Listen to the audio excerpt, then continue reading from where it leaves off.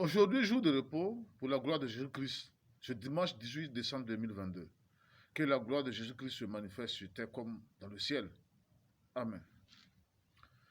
Vous savez, aujourd'hui, quand nous disons que le football est la gloire du diable et que les chrétiens ne doivent pas s'attacher à cette passion, ils sont nombreux à penser que nous jugeons mal le football, surtout les gens assis chaque dimanche dans les églises locales.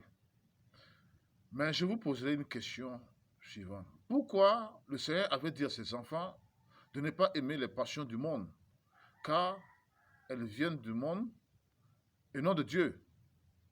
Et je me suis encore posé la question suivante sur le football en ces termes. Est-ce pour la gloire de Jésus-Christ quand les joueurs se taclent et se blessent?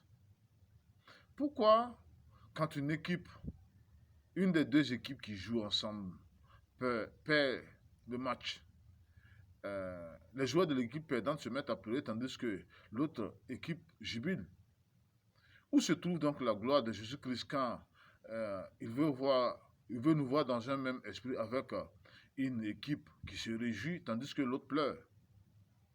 À vous qui pensez être des chrétiens, vous qui partez dans les stades ou qui êtes branchés à vos postes de télévision pour jouer ou pour assister au match, n'est-ce pas que le jour du dimanche est exclusivement réservé pour être réunis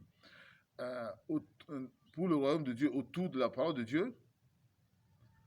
Passez le temps, les dimanches, à jouer au football ou à suivre les matchs de football montrent que vous vous moquez du jour de repos pour la gloire de Jésus-Christ.